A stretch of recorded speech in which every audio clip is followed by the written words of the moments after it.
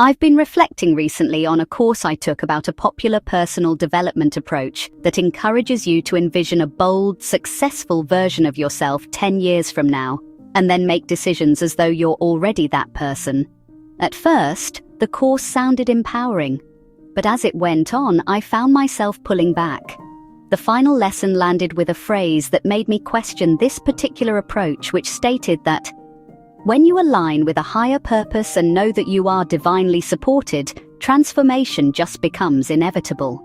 It's a beautiful sentiment if it resonates with you, and for some, it might be exactly what they need to hear. But it didn't quite land for me, not because I don't believe in growth or purpose, but because I've come to see life in more grounded, more complex terms. I don't have an issue with this approach as a whole.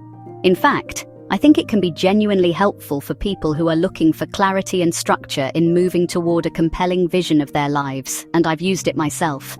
Where I diverged was with the idea, sometimes expressed or implied in this course, that if you align with a higher purpose and believe deeply enough, transformation becomes inevitable. In my experience, life doesn't always follow that neater path. People can be deeply aligned with their values, faithful to their purpose, and still face enormous challenges or see their plans unravel. That doesn't mean they were doing it wrong. It just means that life is complex and not every story fits the arc of certain success. I believe the deeper goal isn't guaranteed transformation, but integrity, the quiet, grounded commitment to living in alignment with what matters, regardless of the outcome.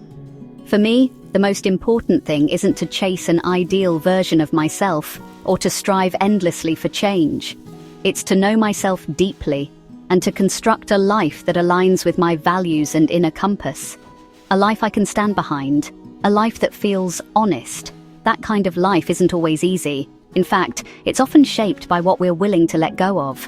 For me, that has meant not owning a home for a long time, not taking vacations away, and choosing part-time work so that I have space to make art, walk in nature, and process life at a gentler pace.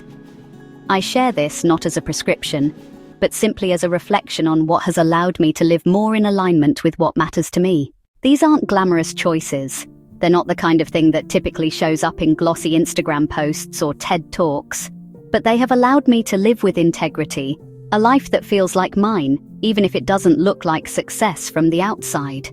We don't talk enough about this kind of life, the quiet, soulful life, the life that chooses presence over performance, that honors limitations as much as aspirations, that trades certainty for authenticity. I don't believe transformation is inevitable, and I don't believe that if it hasn't happened for you yet, you're doing something wrong. Sometimes, holding steady is the most courageous thing you can do. Sometimes, the real work is just staying true to yourself in a world that constantly tells you to be someone else. That's the kind of future self I care about, the one who can look back and say, I lived my life in alignment with what mattered, and that was enough. I'd love to hear your thoughts. What resonated with you, and what does this bring up for your own journey? Have you ever chosen a quieter path that others didn't understand, but felt right for you? Feel free to share in the comments below. Let's make this a space for thoughtful, soulful conversation. If you found this video meaningful, please like and subscribe. It really helps more people find this kind of reflective content. And if you're drawn to explore further, visit spiralpathlifecoaching.com, where you'll find in-depth articles, soulful book reviews, and resources to support you on your path to purpose and inner growth. Thanks for watching, and I hope to see you again soon.